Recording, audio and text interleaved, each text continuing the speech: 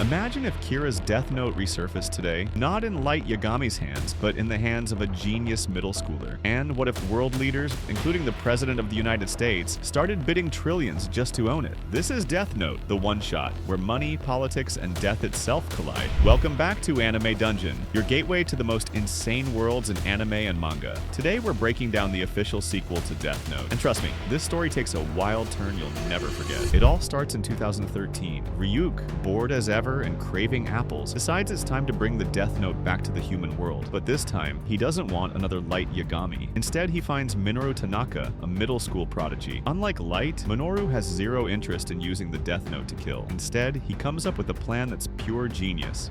He's going to sell it. 2 years later, he hijacks TV broadcasts in Japan and announces an auction for Kira's power. No secret killings, no God of the New World speeches, just a straight-up sale, and the whole world is watching. The bidding explodes. First millions, then billions, and then governments step in. The US president himself appears on live TV declaring America must own Kira's power. China counters with $1 trillion.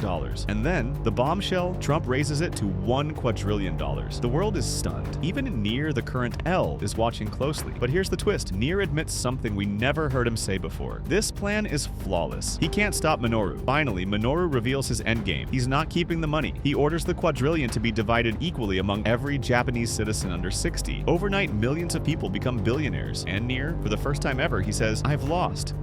But in Death Note, there's always a twist. When Ryuk delivers the notebook to the US president, he reveals a brand new rule from the Shinigami King. Anyone who buys or sells the Death Note will die. The president panics, refusing ownership. The money, however, is already gone. And Minoru, 1 month later, just as the funds unlock, he suddenly dies. Ryuk had written his name in the notebook long ago. Just like with Light, Ryuk proves the same point. Humans are only entertainment, and the Shinigami always wins. And that's the insane sequel to Death Note. No battles of deduction, no cat and mouse game like Light vs. L. Instead, a story about how governments, greed, and society would fight for the Death Note in today's world. So what do you think? Was Minoru actually smarter than Light, or was he just playing a different game? Drop your thoughts in the comments, and don't forget to subscribe to Anime Dungeon for more epic anime and manga breakdowns.